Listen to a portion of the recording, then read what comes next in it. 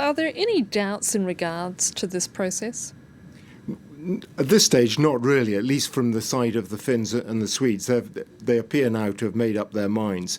Finnish Parliament discussed it at the weekend.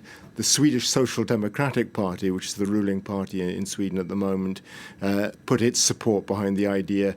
That's the first time it's done that since the creation of NATO back in 1949, so a massively significant moment in Sweden. And the Swedes seem to be taking the position that once Finland had already made clear, as it did at the beginning of the weekend, that it was going to join, or at least apply to join NATO, at that point it was almost unsustainable for Sweden not to follow suit, since the two are so locked together militarily and in virtually every other respect as well. Sweden did not want to be left alone in the Baltics, with the possibility of being subjected to Russian pressure. So it made that decision. If there is any doubt, I suppose it will be the suggestion that the Turks might just oppose the application because of the alleged support in Finland and Sweden for the PKK in northern Iraq and eastern Turkey.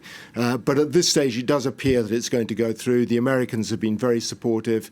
Mitch McConnell, the Republican leader in Congress, is in Helsinki at the moment. He said it's, as far as the US is concerned, there is very significant support for it, and they want this to go through as fast as possible. So at this stage, it seems highly unlikely that anything is going to stop it. What's been the reaction from Moscow? Especially, I imagine this is the last thing that Vladimir Putin wanted. Yeah, I mean,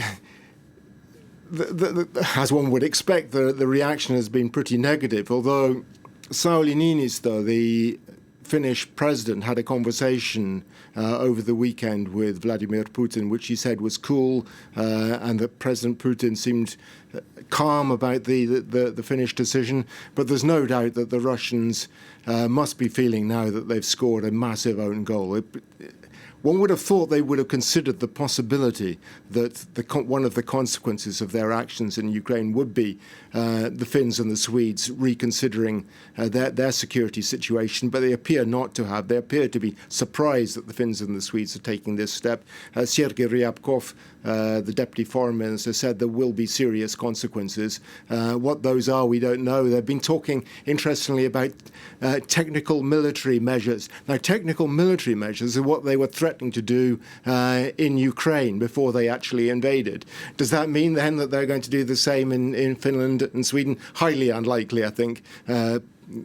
Given the fact that they're already mired in a conflict which they're not doing particularly well in Ukraine, and the thought of engaging with NATO at the same time wouldn't make any sort of sense, military or political or economic. So, at the moment, it's difficult to work out what they're going to do. There has been some talk that they will put nuclear missiles into Kaliningrad region, which is that area, a little Russian exclave wedged between Lithuania and Poland.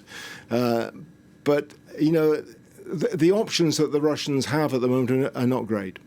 Rob Parsons, thank you.